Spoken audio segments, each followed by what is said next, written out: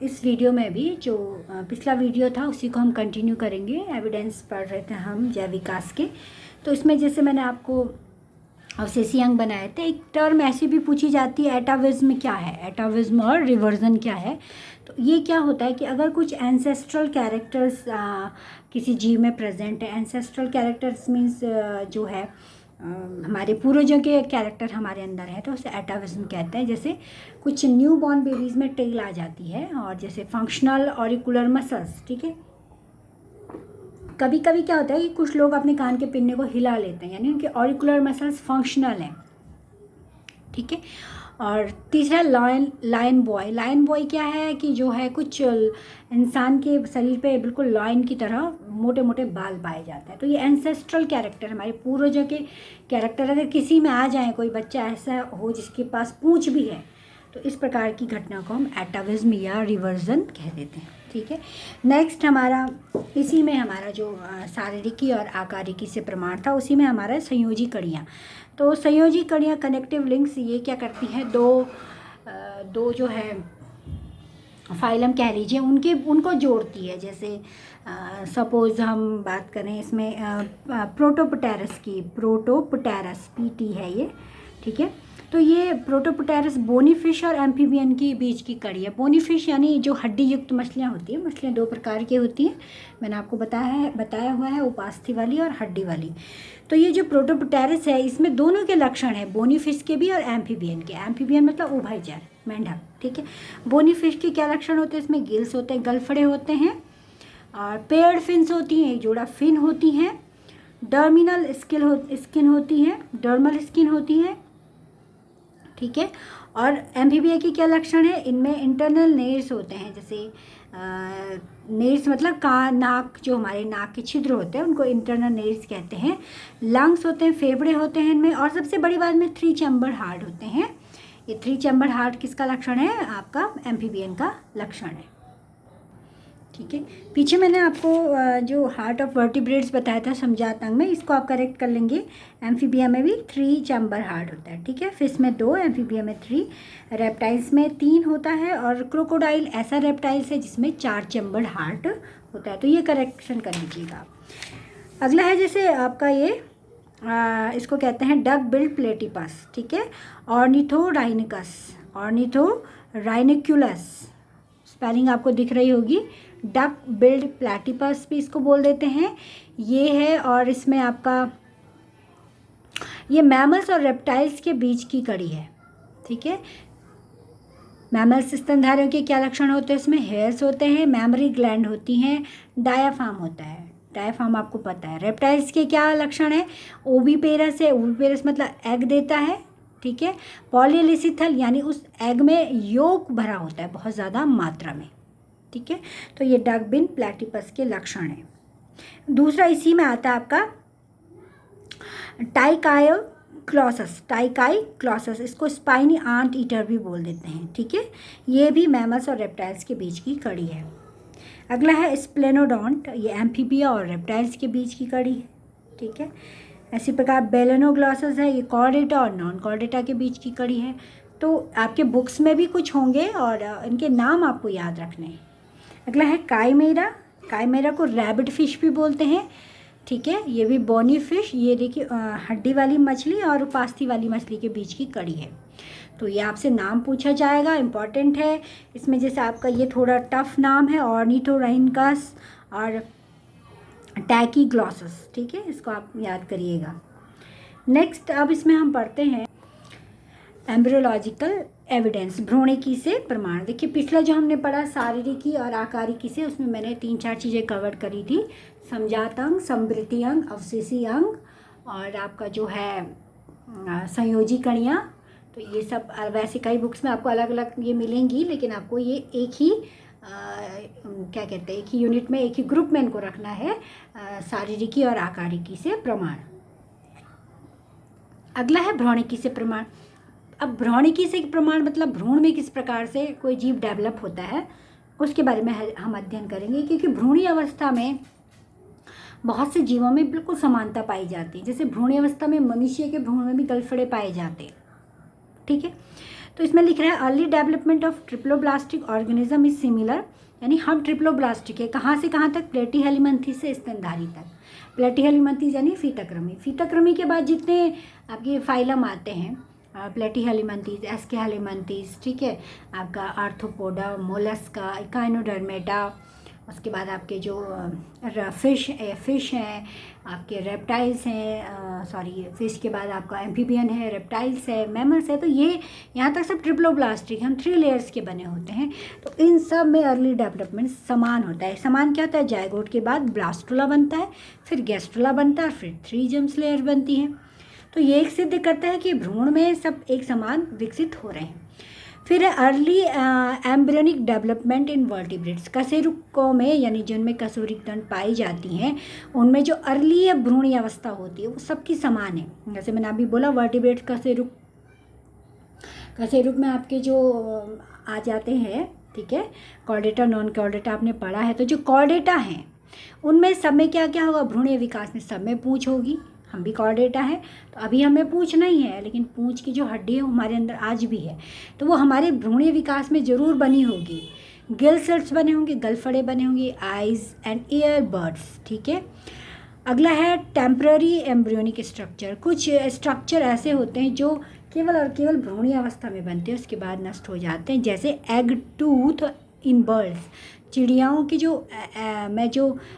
Egg tooth होते हैं वो जब क्या कहते हैं, हैचिंग के बाद, यानी जब अंडे में से बच्चे चूजे बाहर निकल जाते हैं, उसके बाद वो जो अंदर जो जीव था उसके पास टूथ होते हैं, लेकिन हैचिंग के बाद जैसे वो उस कवर से बाहर निकलते हैं वो टूथ नष्ट हो जाते हैं, which is present in reptile, that is why birds are called glorified reptiles. तो जो ये एग टूथ होते हैं ये रेप्टाइल्स में भी प्रेजेंट होते हैं, ठीक है, सरीसृप में भी ये प्रेजेंट होते हैं, इसीलिए हम क्या कहते हैं, बर्ड्स को क्या कहते हैं, बर्ड्स आर ग्लोरीफाइड रेप्टाइल्स, ठीक है।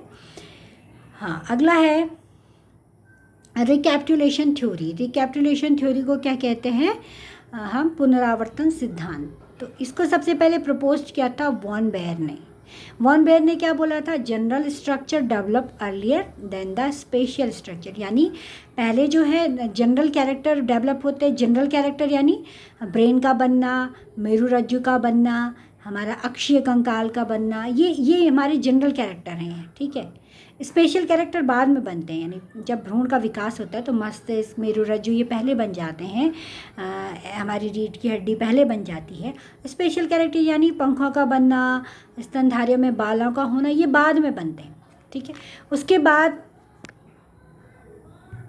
इसको आगे बढ़ाया आपका अर्नेस्ट हैक्कल ने पुनरावर्तन सिद्धांत को में एक बायोजेनेटिक लॉ दिया, ठीक है। बायोजेनेटिक लॉ क्या कहता है, ये बहुत इंपॉर्टेंट है, ऑन्टोजेनी रिपीट्स फाइलोजेनी, ठीक है। ऑन्टोजेनी का मतलब होता है कि किसी जीव का खुद का विकास, तो जब किसी जीव का विकास हो रहा होता है तो उसके विकास के समय वो अपने पूर्वजों के कैरेक्टर को दोहराता है। कहने का मतलब है जैसे मनुष्य के भ्रूण में का जो विकास होता है, ठीक है, उस समय वो अपने एंसेस्ट्रल कैरेक्टर को दोहराता है। उसके पूर्वजों के कैरेक्टर क्या थे, गलफड़ों का होना, पुच्छ कशेरुकाओं का होना, ये सब हमारे भ्रूण में पाया जाता है। लेकिन जब मनुष्य का जो बच्चा वो जब बन जाता है तो ये सब नष्ट हो जाते हैं। तो ऑन्टोजेनी रिपीट्स फाइलोजेनी, ठीक है। अगला है इसमें भ्रूणीय विकास में ऑर्गन डेवलपमेंट। तो मैंने जैसे अभी हार्ट की बात कही थी, तो हार्ट के डेवलपमेंट में ही आप देख लीजिए कि भ्रूणीय पहले 2 चैम्बर हार्ट बनता है, फिर 3 चैम्बर और फिर 4 चैम्बर हार्ट बन गया एव्स और मैमल्स में, ठीक है। तो ये था भ्रूणीय विकास से हमारे प्रमाण। अगला है पैलियोंटोलॉजी एविडेंस। पैलियोंटोलॉजी कहते हैं जीवाश्म विज्ञान को। जीवाश्म क्या होते हैं, जो हमें मिट्टी के विभिन्न परतों में विभिन्न प्रकार के जंतुओं की हड्डियाँ या उनके फुटप्रिंट्स हमको मिलते हैं, या किसी का दांत हमें मिल जाता है, अवशेष जो जीवाश्म मिट्टी के नीचे या चट्टानों के नीचे दबे होते हैं। कहीं कहीं तो चीज़ें ख़त्म हो जाती हैं लेकिन उनके टैम्पलेट, उनके सांचे हमें मिलते हैं, ठीक है। तो ये फॉसिल्स जीवाश्म के अध्ययन पर निर्धारित है। फॉसिल्स क्या होते हैं, remains of organism which extinct a long time एगो, यानी जीवों के अवशेष जो कि बहुत समय पहले ही नष्ट हो चुके हैं। तो age of fossils is determined by carbon dating. तो हम किसी भी जीवाश्म की आयु सीमा कैसे प्राप्त करते हैं? कार्बन डेटिंग से। ठीक है, कार्बन डेटिंग आइसोटोप विधि होती है और ये हमें लीवी ने दी थी सबसे पहले विधि। फादर ऑफ पैलेंटोलॉजी, जीवाश्म विज्ञान का फादर कहा जाता है लियोनार्डो दा विंसी को। और आज के मॉडर्न पैलेंटोलॉजी का फादर है जी क्यूवियर। ठीक है, इसमें हमको पढ़ना है मिसिंग लिंक्स। मिसिंग लिंक्स यानी संयोजी कड़ियाँ, जो जैसे पीछे भी मैंने आपको बताया था, इसमें कनेक्टिव लिंक, संयोजी कड़ियाँ, लेकिन यहाँ हम क्या कह रहे हैं इनको? Missing links. ठीक है, ऑर्गेनिक विच एक्सटिंक्ट, जो आज एक्सटिंक्ट हो गए हैं, इसीलिए इसको मैंने अलग लिखा है।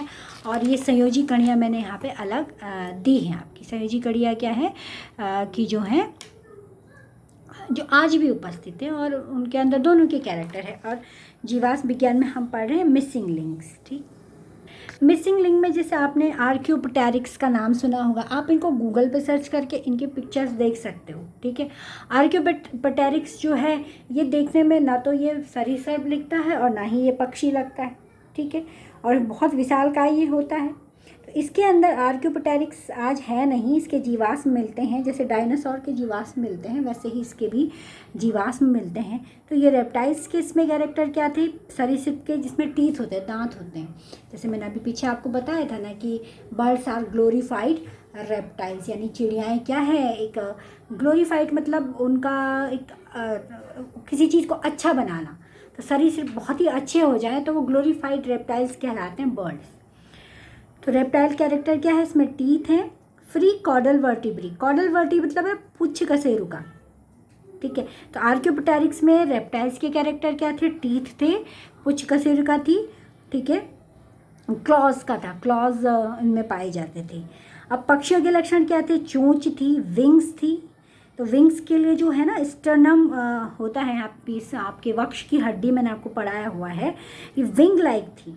ठीक है, और इसमें 3 फिंगर्स थी, हाथों में 3 फिंगर्स थी, टोज 4 थे, टोज होते हैं पैरों के, जो आपकी उंगलियां होती हैं उनको टोज कहते हैं। तो आर्क्योपटेरिक्स आज नहीं है, लेकिन इसके जीवाश्म का अध्ययन करके देखा जाता है कि ये इसमें दोनों के कैरेक्टर थे। तो जब किसी चीज़ में दोनों के कैरेक्टर होते हैं तो वो ये माना जाता है कि ये कहीं ना कहीं विकास को बता रहा है। जैसे पीछे संयोजी कड़ी में आपकी बुक में आपको मिल जाएगा, युगलिना भी दिया हुआ है। युगलिना में पादप और जंतु दोनों के कैरेक्टर पाए जाते हैं। ठीक है, वो भी एक बहुत अच्छी संयोजी कड़ी है। अगला है आपका टेरिडोस्पर्म। टेरिडोस्पर्म फर्न और जिम्नोस्पर्म के बीच की कड़ी है। फर्न आप जानते हो और जिम्नोस्पर्म भी आप जानते हो। जिम्नोस्पर्म में चीड़ वगैरह आते हैं और फर्न्स जो आपके क्या कहते हैं, ऑर्नामेंटल प्लांट होते हैं। तो ये टेरिडोस्पर्म आज नहीं है, ये फॉसिल्स बन चुका है, लेकिन इसमें दोनों कैरेक्टर थे। यानी ऐसा फर्न की तरह दिख रहा है लेकिन उसमें बीज बन रहे हैं और सेकेंडरी ग्रोथ भी हो रही है। ठीक है, अगला है वेलोसिरोप्टेरस। ये एक प्रकार का डायनासोर है। ठीक है, लेकिन इसको क्यों मेंशन किया गया है? क्योंकि ये पक्षी और रेप्टाइल्स के बीच का की जो है मिसिंग लिंक्स है, जो अब खो चुकी है, अब जीवाश्म बन गई है। ठीक, अब ये जीवाश्म हमें कहाँ मिलते हैं? डिफरेंट स्ट्रेटा ऑफ सॉयल, मिट्टी के विभिन्न परतों में ये हमें मिलते हैं, जिससे हमें पता चलता है कि धीरे धीरे विकास में ये किस प्रकार से बने हैं। अब मैं इसमें फाइलोजेनेटिक जो है आप एवोल्यूशन बताऊंगी हॉर्स का। ठीक है, हॉर्स का ये एवोल्यूशन दिया था आपका ऑर्थिनी मार्स ने। ये पूछा भी जाता है कभी कभी, तो इसके लिए पहले मैं आपको बताऊंगी कि कुछ युग में इसको बांटा गया है, कल्प यहाँ पे डिवाइड किए गए हैं। ठीक है, इपॉच मतलब युग, जैसे महाकल्प, कल्प, इस प्रकार से बांटा गया है। ठीक है, तो हम युग में बात करेंगे इयोसीन, ओलिगोसीन, मेरोसीन, प्लायोसीन और प्लिस्टोसीन। ठीक, तो इसमें सबसे पहले जो घोड़ा था उसका नाम था डॉन हॉर्स, और ये जो है 60 मिलियन ईयर्स अगो पहले की बात है, 60 मिलियन वर्ष पूरे की बात है। इसकी हाइट कितनी थी? इसकी हाइट थी आपकी केवल 28 सेंटीमीटर। ये छोटा था बहुत, मतलब जैसे कुत्ता होता है ना, कुत्ते की हाइट का था। और इसके जो फिंगर की बात करें, मैंने लिखा ना फिंगर, टोज़ और मोलर। मोलर दांत है, फिंगर हाथों की उंगलियां हैं, टोज़ पैरों की उंगलियां हैं। तो इसके फिंगर में मैंने लिखा 4 फिंगर लिखा है, उसमें मैंने 1 डैश स्प्लिंट लिखा है। यानी ये जो 4 इसमें फिंगर थी, फिंगर 5 थी, लेकिन 5 में से एक स्प्लिंट हो गई थी। ठीक है, 4 तो ठीक थी, लंबी थी, पहली वाली स्प्लिंट हो गई थी। स्प्लिंट का मतलब जैसे आपने घोड़े के पैर देखे होंगे, हाँ, उसमें छोटी छोटी साइड से देखना आप, मांस का जैसा टुकड़ा निकला रहता है, उसको स्प्लिंट कहते हैं हम। ठीक है, SPLINT। ठीक। और टोज़ की बात करें तो टोज़ में क्या था, मतलब पैरों में भी 5 थे और हाथों में भी 5 थे। लेकिन इसमें क्या था, जो आपका ईओहिपस था, जो आपका कौन से एरा में था, ईओसीन में था, उसका नाम था ईओहिपस, जो बिल्कुल बहुत छोटा था। तो जैसे सपोज़ ये 1 2 3 4 और 5 फिंगर हैं, इसमें से ये स्प्लिंट हो गई। स्प्लिंट मतलब ये छोटी हो गई, और ये 4 क्या थे, बड़े थे। ठीक है। और पैर की बात करूँ तो पहली और दूसरी जो है वो बहुत छोटी हो गई, और बीच के 3 बड़े थे। ठीक है, ये इसको आपको इस प्रकार से समझना है, यानी फर्स्ट, सेकंड, थर्ड, फोर्थ, 5, 1 2 3 4 और 5। तो अगर मैं कहूँ पहली और पाँचवीं, तो आपको ऐसे ऐसे समझना है कि ये पहली है, ये पाँचवीं, और ये बीच के हैं। ठीक है, तो इसका नाम था ईओहिपस। इसको डाउन हॉर्स भी कह देते हैं। इसमें फिंगर में पहली वाली छोटी हो गई थी, और टोज़ में पहली और पाँचवीं, आपको दिख रहा होगा। इसके जो मोलर दांत थे वो बहुत छोटा उनका क्राउन था। क्राउन मतलब दांतों का जो ऊपरी भाग, उसको क्राउन कहते हैं, और वो ग्राइंडिंग का काम करता था, पीसने का काम करता था। ठीक है, फिर जो दूसरा हॉर्स बना, उसकी हाइट बढ़ गई, देखिए 60 सेंटीमीटर। हाइट बढ़ने के बाद उसकी पहली और पाँचवीं जो उंगलियां वो स्प्लिंट हो गई, छोटी हो गई। टोज़ में पहली और पाँचवीं स्प्लिंट थी, वो सेम रही, 3 बीच में सही होंगी, नॉर्मल होंगी, और इसके मोलर टीथ भी ग्राइंडिंग का काम करते थे। फिर देखिए आपको हॉर्स की हाइट बढ़ गई 100 सेंटीमीटर, और इसके 1 और 5th और 2nd और 4th उंगलियां स्प्लिंट हो गई। केवल तीसरी बची, जो बीच की थी ना, 3rd वाली, वो बनी, और वो फंक्शनल बनी। तो आप कभी घोड़े के अग्रपात देखिएगा तो इस प्रकार से आपको दिखाई देते हैं। ये इस साइड से आपको स्प्लिंट इस प्रकार दिखाई देगा। ठीक है, ये स्प्लिंट इसकी फिंगर्स हैं। क्लियर हो गया। तो तीसरी फंक्शनल रही। ऐसे टोज़ में भी वह पहली, पाँचवीं और दूसरी, चौथी स्प्लिंट हो गई, तीसरा जो है फंक्शनल रहा। ठीक। और इसकी जो क्राउन था, दांतों का जो ऊपरी सिरा था, वो लंबा हो गया। ठीक है, अब वो ग्रेजिंग करने लगा, ग्रेजिंग ना घास खाने लगा, तो घास खाने के लिए घास को कुतरना पड़ता है, तो क्राउन लंबा हो गया। क्लियर। अब नाम क्या था, कौन से एरा में था, तो ये आपका ईओहिपस मैंने आपको बताया, जो 60 सेंटीमीटर था, इसका नाम था मीज़ोहिपस। ये इंटरमीडिएट हॉर्स था, मध्यम आकार का था, ये ओलिगोसीन एरा में हुआ, आज से 40 मिलियन ईयर एगो। फिर जो 100 सेंटीमीटर लॉन्ग था, उसका नाम था मैरीचिप्स। ये र्यूमिनेंट हॉर्स था। र्यूमिनेटिंग हॉर्स मतलब इसके कई अंग अवशेषी हो गए थे, जैसे उंगलियां पैरों की, हाथों की। और ये आपका जो है मीरोसीन एरा में था, आज से 25 मिलियन ईयर एगो। उसके बाद नेक्स्ट रहा 108 सेंटीमीटर ऊंचाई वाला, ये 10 मिलियन ईयर्स एगो पूर्व की बात है। योग का नाम है प्लियोसीन, और इस हॉर्स का नाम है Pliocene horse. Sorry, common name है, स्पीसीज नेम है प्लियोहिपस। ठीक है, इसकी 3rd बोन फंक्शनल हो गई, तीसरी जो बीच की होती है घोड़े में, आपने देखा होगा, वो फंक्शनल हो गया, ऐसी हाथों में, ऐसी पैरों में। ठीक है, और दांत जो हैं वो लंबे हो गए, क्राउन। आधुनिक घोड़े का नाम है इक्वस। मॉडर्न हॉर्स ये प्लिस्टोसीन एरा में बना, आज से 0.5 million year ago. 150 centimetre height का था। इसमें 3rd फिंगर और 3rd टोज फंक्शनल है। क्राउन क्या हो गया, लॉन्ग हो गया, ग्रेजिंग के लिए। ये एक जियोलॉजिकल टाइम स्केल है, भूगर्भीय समय सारणी, ये आपको बुक में मिल जाएगी। ठीक है, इसको महाकल्प, कल्प और युग में बांटा गया है। महाकल्प में आपका एजोइक, आर्कियोजोइक, प्रोटियोजोइक, पेलियोजोइक, मीजोजोइक और सीनोजोइक। सीनोजोइक आधुनिक महाकल्प है। इनमें से पेलियोजोइक, मीजोजोइक, सीनोजोइक्स को कल्प में बांटा गया है। इन कल्पों को युगों में बांटा गया है। ठीक है, तो ये आपको बुक से मिल जाएगा। अगला प्रमाण है जैव भौगोलिक प्रमाण, बायोजियोग्राफिकल एविडेंस। तो इसमें भी आप जैसे डाइवर्जेंट इवोल्यूशन आप पढ़ोगे, अपसारी में आपको मैंने डार्विन फिंच का उदाहरण बताया। मैं इनको क्यों बता रही हूँ, क्योंकि ये एक ही चीज़ को घुमा फिरा के आपको पूछा जाएगा, ठीक है। अब सारी इवोल्यूशन क्या है तो आपको बताना है कि जो जैसे समजात अंग में था वही आपको लिखना है, जो उत्पत्ति और संरचना में समान होते हैं, कार्य में अलग होते हैं। इसका उदाहरण आप डार्विन फिंच लिखिए। अगला है डिसकंटिन्यूस डिस्ट्रीब्यूशन। डिसकंटिन्यूस डिस्ट्रीब्यूशन यानी कि कुछ चीज़ें ऐसी होती हैं जो इस अर्थ पे केवल कुछ ही जगह पे हैं, जैसे मंगोलिया है, ट्यूलिप और सासाफरस, SASS, सासा AFERS। ठीक है, ये एक फ्लावर्स का नाम है, ट्यूलिप फ्लावर्स का नाम है। मंगोलिया भी एक प्लांट है। ये केवल और केवल चीन और ईस्टर्न USA में पाया जाता है और आपको कहीं ये देखने को नहीं मिलेगा। ठीक है, इसी प्रकार से आपके एलिफेंट्स हैं, तो एलिफेंट्स केवल आपको इंडिया और अफ्रीका में मिलेंगे। तो ये बताते हैं कि पहले पृथ्वी एक ही भूभाग हुआ करती थी और क्या हुआ कि बीच में समुद्र बनने से ये लैंड अलग अलग हो गई और जो जीव जहाँ था वो वहीं का वहीं रह गया। ठीक है, लॉन्ग फिशेस हैं, जो ऐसी फिश होती है जिनमें फेफड़े पाए जाते हैं। तो ये कैसे डिस्ट्रीब्यूट है, देखो इसमें नियोसिराटोडस है, ऑस्ट्रेलिया में है।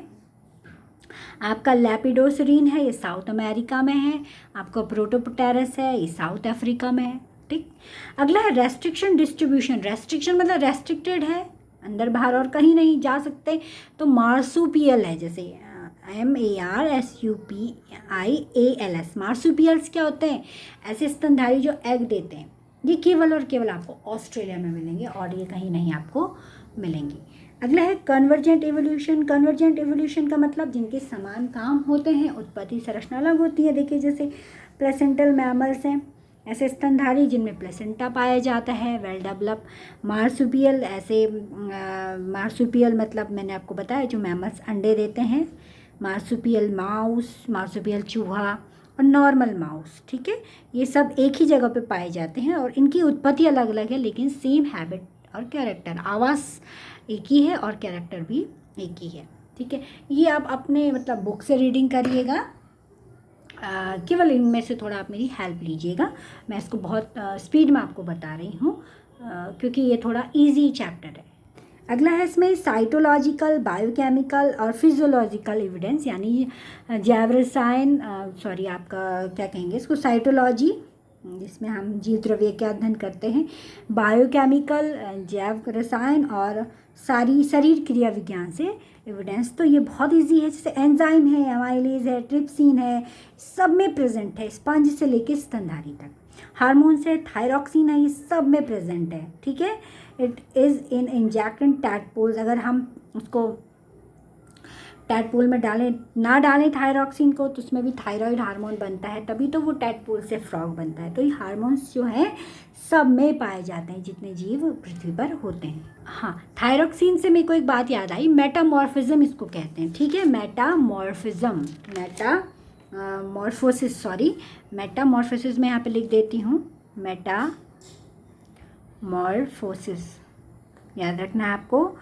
ये पूछा जाता है, मेटाजेनेसिस अलग चीज़ है, मेटाजेनेसिस अभी पढ़ेंगे कैंसर में। ये मेटामॉर्फोसिस है, क्या होता है जब हम टैडपोल में थायरॉक्सिन हार्मोन डालते हैं तभी वो फ्रॉग में कन्वर्ट होता है। अगर टैडपोल में थायरॉक्सिन हार्मोन ना बने तो वो आपको फ्रॉग में कन्वर्ट नहीं होगा, इसको मेटामॉर्फोसिस कहते हैं। ठीक है, साइटोक्रोम C है, ये इलेक्ट्रॉन ट्रांसपोर्ट में मदद करता है, माइटोकॉन्ड्रिया में पाया जाता है, जितनी लिविंग थिंग्स है सब में होता है, प्लांट से लेके एनिमल्स तक।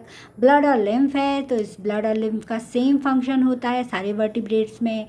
ब्लड प्रोटीन है, हेमेटिन क्रिस्टल, तो ब्लड प्रोटीन भी सब में क्या होती है, जैसे मैन इस क्या कहते हैं closer to chimpanzee and gorilla, यानी मनुष्य का जो ब्लड प्रोटीन है वो चिंपैंजी और गोरिल्ला के समान होता है। और काव गोट में सिमिलर होता है, कैट और डॉग में ये सिमिलर होती है blood protein. Blood group AB blood group होता है, AB मतलब A blood group, B blood group, AB और O ब्लड ग्रुप। ठीक है, तो present in apps, humans and absent in monkey में ये नहीं होता है। एक्सक्रीटरी सब्सटेंस है, तो टैडपोल, फिश में ये एमिनोटिलिक होते हैं। ठीक है, और फ्रॉग आपका यूरियोटिलिक होता है, तो होते ही अमोनिया के ही प्रोडक्ट हैं। ठीक है, similarity in organisms and protoplasm, जितने भी जीव द्रव्य में अंगक होते हैं वो सब में क्या होते हैं, समान होते हैं। तो ये आपके एविडेंस थे। अब हम नेक्स्ट टॉपिक इसमें लेंगे ह्यूमन इवोल्यूशन। ठीक है, अभी मैं इस वीडियो में आपको इतना ही बताऊंगी। Thank you.